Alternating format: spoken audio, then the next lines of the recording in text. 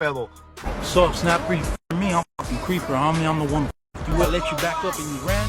Where was your heart at then? Now you run your mouth, that's it? Pocho, you're lame, dog. Quit saying my name, dog. You thirsty getting clout. You get no views on your podcast anyways, dog. Stop capping, my boy. Yeah, you reached out. You talk good about me. I never did an interview with you, my boy. You wanted to go on live. I never did, because why? I know what it is. You're making a narrative that's never going to happen. Dog, there's too much bloodshed, too much bullshit going on. Prison is prison. The streets is the streets. All right, what it do, what it is, what it was. This is your boy Pocho of the Chicano podcast. Like, subscribe, and turn on notifications, and support a real one in the field. What are we talking about today? We back on Capone. Capone's out here telling war stories, and I thought I was the chismoso, but I guess we forgot that the chisme started. This drama. You guys think that all this little internet drama, yada that stuff, started with us? No. Come on, man. There's hella old school Chicano rap drama. One of the reasons I didn't like that stuff back in the day, because they was like, why are you guys gangbanging on the internet? Makes no sense. Anyway, we're talking about Capone disrespecting Snapper, OG Snapper. To be honest, man, I hate to say this. I didn't really know Snapper, you know. I heard of Capone. But when I'm looking back at some of this stuff, I kind of like Snapper, man. I like this guy's personality, you know what I mean? And he was well respected in the Chicano community, for sure.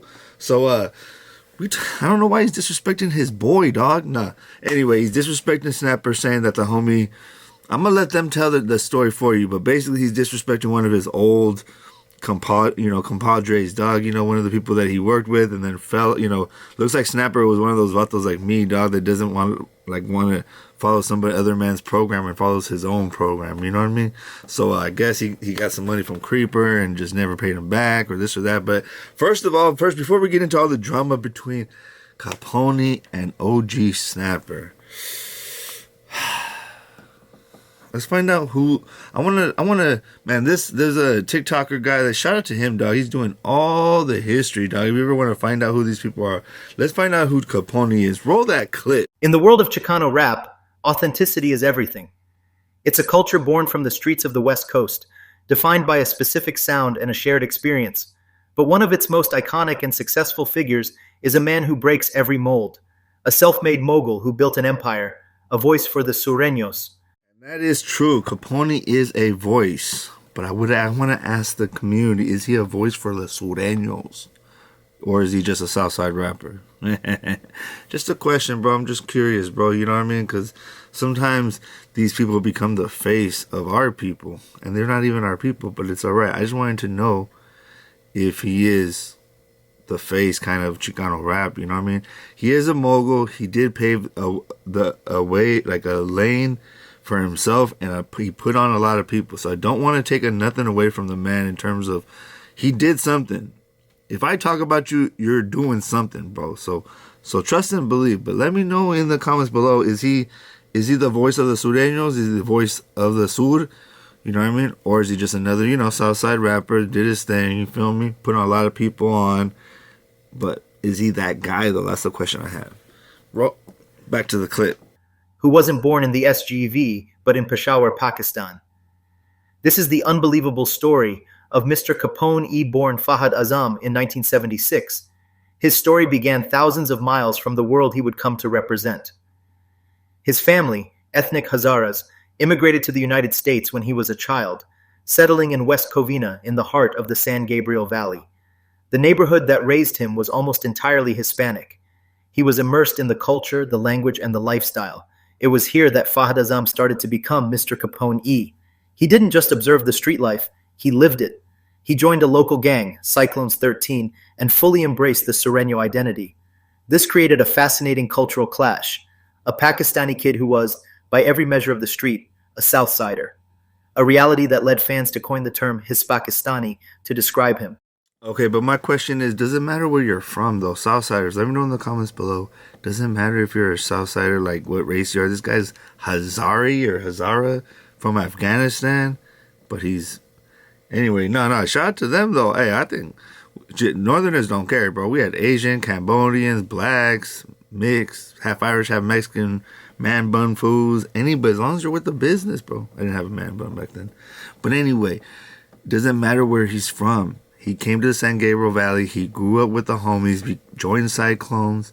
It seems like the vato's clean, dog. He's good. You know what I mean? Does he have the right to represent the Southside totally? Or is he going to always be a guest? That's my question, though. Is he always a guest? And is there discrimination? Let us know in the comments if there's discrimination among Southsiders if you're not an actual Mexican or Latino. You feel me? I don't know, dog. I don't know. Like, what they call it? Hispacani? Hold on, dog. I coined the term Hispakistan. Hispakistani. Like Hispanic and Pakistani. I don't know, dog. I don't know. I feel like there's always a little discrimination. You got to prove yourself. Even me being half Irish, bro. My dad being Irish, bro. It was like, oh, your father. You are with your father, right? So you're a white boy. You know what I mean? But my dad's Irish, bro. He was with a business, so they didn't know there was fire with that white. So we're a different kind of white boy, baby. Mexicans and the Irish actually have a lot in common. You should look up the San Patricios. I got the badge right here. But let me know in the comments below. Can he be the voice of the people? But that life came with consequences. After a series of arrests, Mr. Capone-E was incarcerated at 18. He spent years in the system. For many, this would have been the end. For him, it was the beginning. Upon his release, he wasted no time. He started selling his music directly to the fans out of the trunk of his car, at swap meets, and at car shows. In 2000, he founded High Power Entertainment, his own independent label. His sound, a unique blend of hardcore gangsta rap and smooth oldies samples, resonated with a massive audience. While he sold over 1 million copies of his album dedicated to the oldies on the streets, his success wasn't just underground. He crashed the official Billboard charts multiple times. Albums like A Soldier's Story, Don't Get It Twisted, and Diary of a G all hit the charts. His single with Twista, Don't Get It Twisted, even broke into the rhythmic top 40. He collaborated with legends like Snoop Dogg, Nate Dogg, and Busy Bone, proving his reach went far beyond the West Coast. Today, Mr. Capone-E is more than a rapper. He's an entrepreneur and a digital media mogul, still connected to the fan base he built from the ground up. From the streets of Peshawar to the barrios of the SGV, from a prison cell to the CEO's chair, Mr. Capone-E's story is a testament to reinvention. He's a one-of-a-kind artist who proved that where you're from is sometimes less important than where you put your heart. The unlikely, undisputed Hispakistani king of a rap empire. All right, dog. So I didn't know he did any time. Let me know if you guys know about the time situation. I didn't know he did any time. But if he did, then he did. He checked all the boxes. I didn't do time, bro. I was like, I'm cool, bro. I'm claustrophobic. I like females. You guys go do the time. I'm going to move to Los Angeles. Awkward. And I'm going to go knock down some females and go to college. And that's what I did. All my homeboys went to prison and I went to college. Not all of them. Some became forklift drivers. I'm just playing. But anyway, dude, I just wanted to know, do you guys see Capone as like the top Chicano rapper? You know, he did collaborate with some of the biggest names that Chicano rappers have that stayed in the Chicano rap genre. I will give him that stayed in the genre. Most people are trying to get out. Most youngsters don't want to admit that they're Chicano rappers, but they're all Chicano rappers. And if you're a Mexican rapper, dog, you got to thank these Chicano rappers because they embarrassed themselves for years so that you could actually rap with the blacks. My bad. Anyway, let me know if you guys feel like he's a legend. Now we're going to move on to the homeboy Snapper, bro. Real quick, roll the clip of Snapper, and we'll talk about the drama at the end. Roll that clip. In the vast, ruthless world of gangster rap, legends are made and broken on the streets. But some stories don't end in glory or tragedy. They just stop. This is the story of a rapper from El Monte who called himself Snapper. He came to run the game and then disappeared from it entirely. Snapper's career was ignited inside the empire of High Power Entertainment, the most powerful independent label in Chicano rap. But his time there ended in a firestorm. He claimed he walked away from the throne. High Power's camp fired back, claiming he was exiled. It was a war of words fought on camera, a brutal exchange of accusations meant to destroy a man's credibility, the only currency that matters on the streets. They called him a fake. He called them liars. Cast out of High Power, Snapper didn't retreat. He doubled down on his identity. He was from El Monte, and he made sure everyone knew it. But was he embraced? Online, the streets talked back. For every person who claimed him as a hometown hero from the El Monte Flores gang, another called him a fraud who wasn't respected in his own barrio. He built his kingdom on the name of his city, but the citizens were divided. For years, Snapper continued his hustle, releasing music on his own terms, even collaborating with mainstream artists. He was proving he didn't need a major label to survive. He was a soldier, a survivor, and then, nothing. The trail goes cold. No final album, no farewell tour, no explanation, just silence. In a world where everyone has a camera, how does a man so loud, so controversial simply disappear? So that's crazy, Snapper. No wonder a lot of us didn't hear about him, because he just up and quit. Blue Devil said he's going to do an interview with him, so hopefully he does. I like the guy's personality, man. He would have been a great podcaster. And maybe he's, just like all of us, working, trying to survive now, man. It's all good. Anyway, so he's from El Monte, bro. Shout out to EMF. El Monte Flores is a gang coming out of El Monte, California. They run the game out there. I was in rehab out there, and they let me live. I'd walk around in my sandals, dog. That's when you know you're comfortable, when you walk around in your sandals. Go to the liquor store and get energy drinks, because when you're in rehab, you can't drink, so you drink any energy drinks. Shout out to all the vatos that are in rehabs right now, one day at a time, bro. I used to work out with Southsiders. Now I got my own home in Northern California, you feel me? I do miss LA every single day. Shout out to the 11th Street rehab in Santa Monica, the Salvation Army that got me sober. Bunch of Southsiders let me live there. Had a bunch of Northern tattoos. They didn't trip. It is what it is. We gotta talk about that one another time. But anyway, man, back to the story, dog. Snapper. Let me know what you guys think about Snapper. I guess I don't know the drama that happened. Let me know about any stories or anything about him leaving high power. I guess what Capone helped him get on, and then like anything, he either didn't like the vibe or just pushed away and did start doing his own thing. And in the next clip, we're gonna be talking about the little bit of drama between him and Creeper and Capone. But I guess, you know what I mean, he kept representing, and some people love him, some people hate him. That's how it is everywhere. Even in my city, man, half the people love you, half the people hate you. It don't matter, man. You just gotta keep living. They're just mad because they never went anywhere or did anything, the ones that hate him. The other ones, you feel me? It's all love. Anyway, let me know what you guys think about Snapper. Is he really a real one from El Monte? Any stories you have, and should he come back and have either an album to go at Capone? I say he should go at Capone with a new album and come back out, or get on Blue Devil, and if he does good on Blue Devil, start podcasting. It's probably not for everybody. He probably has a better job than all of us. You know what I mean?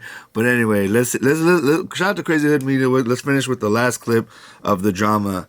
Here we go. Run that clip. One of my homies, some guy Creeper, Cali's finest, right? Creeper had a little money. He did a little investment with Snapper, or Snapper never paid back Creeper.